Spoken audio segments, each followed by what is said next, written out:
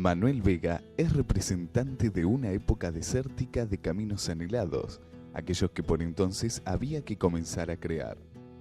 Su padre, inmigrante español, corrido por la hambruna, abrió camino como peón de pala en el tendido de las vías del tren de Carmen de Patagones. Con la Segunda Guerra Mundial empezó otro país.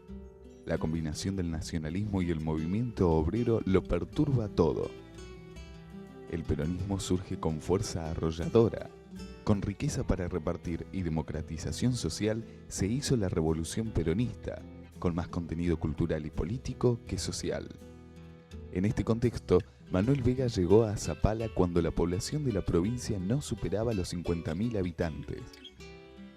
La ciudad se proveía económicamente a través de la comercialización de cueros y lanas dirigida hacia los grandes centros urbanos para tener al ferrocarril como principal protagonista en el desarrollo de la producción. En septiembre de 1955 se divide la década en dos. Primero, el apogeo del peronismo. Luego, el sorpresivo derrumbe anunciado por el insensato conflicto entablado con la Iglesia, al que sigue una caída casi sin resistencia. Grupos insurgentes de los tres ejércitos provocaron una rebelión pactada, la Revolución Libertadora. El peronismo es proscripto y Perón se exilió. El 20 de septiembre, el líder de los insurgentes, el general de división Eduardo Lonardi, asumió la presidencia provisional prometiendo restablecer la democracia.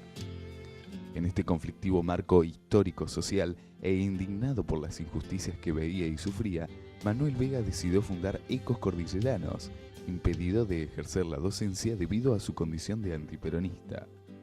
Compró una imprenta y el 26 de enero de 1956 salió a la calle el primer ejemplar. Fue así como Ecos Cordilleranos trazó un sendero que cubrió la provincia para ser el único periódico que llegaba a todas las escuelas. En sus comienzos era de aparición semanal. Además, tuvo 2 relanzamientos en distintos tamaños hasta que se dejó de publicar en 1981. Desde el periódico, Vega no se cansó de denunciar y de proponer constantemente las obras que la provincia necesitaba. Durante la década del 70, insistió, apoyado por abundantes argumentos, con una serie de ideas que el tiempo comprobó materialmente. Por un lado, Vega no desconocía las bondades del suelo provincial y es por ello que no dudaba en hacer hincapié en la explotación petrolera. El tan comentado ferrocarril trasandino también fue una necesidad comentada por Ecos. Ecos tampoco desconocía las desigualdades sociales que sufrían los indios originarios de esta zona de la Patagonia. Además, una de sus contribuciones fue fundar la primera escuela secundaria de Zapala. Más allá de su vocación por el periodismo escrito, Vega incurrió en otro medio de comunicación. En los 70 se encontró dirigiendo el primer canal de televisión por cable y en 1977 tuvo su propio programa llamado Dialogando. Así fue tomando vida la prensa neuquina a través del pionero Manuel Vega, fundador del primer periódico neuquino. Un hombre que pasó por diferentes ámbitos laborales y que hace 56 años llegó a la provincia para construir los cimientos del periodismo regional.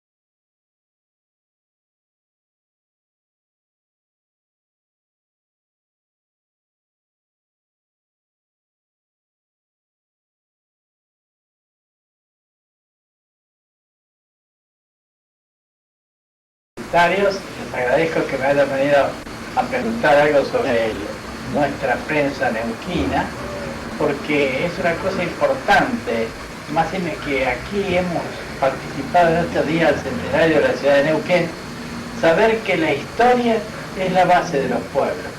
Por lo tanto, no por mi persona, sino por el hecho, por la influencia que pudo tener mi periodiquito en los 25 años que duró. Llegué en el año 1948 a empleado de Banco Nación, a Zapala. Se pueden imaginar ustedes lo que era Zampala en aquella época, 1200 habitantes. Lo único importante que tenía es que llegaba el tren, y el tren salía todos los días y llegaba 24 horas o 26 horas después a Buenos Aires.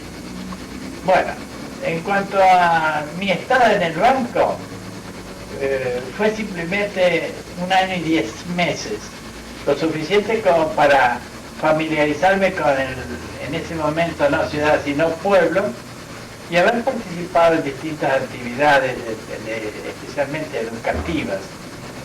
Fui también allí profesor fundador de la Escuela Normal de Zampala, y posteriormente, al año y 10 meses, renuncié al banco.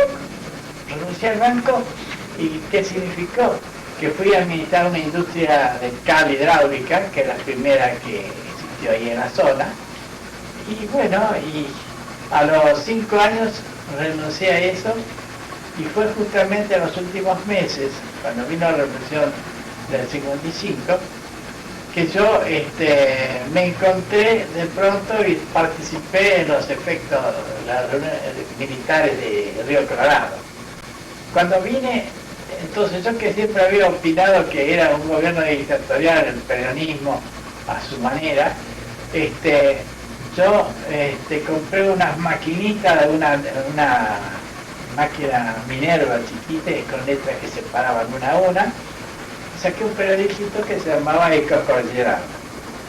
Lejos estaba yo de pensar que eso iba a durar tanto tiempo y que iba a tener su trascendencia. Y ahí fue que yo después seguí predicando, opinando. El periódico mío siempre fue un periódico de opinión, no de información. La información general, sí, pero era lo importante que se opinara, y cada vez que criticara algo se pudiera decir, había que hacer así, no quedarse conforme con criticar. Como hoy aparece todo el mundo critica, especialmente los periodistas critican, pero no proponen nada nuevo.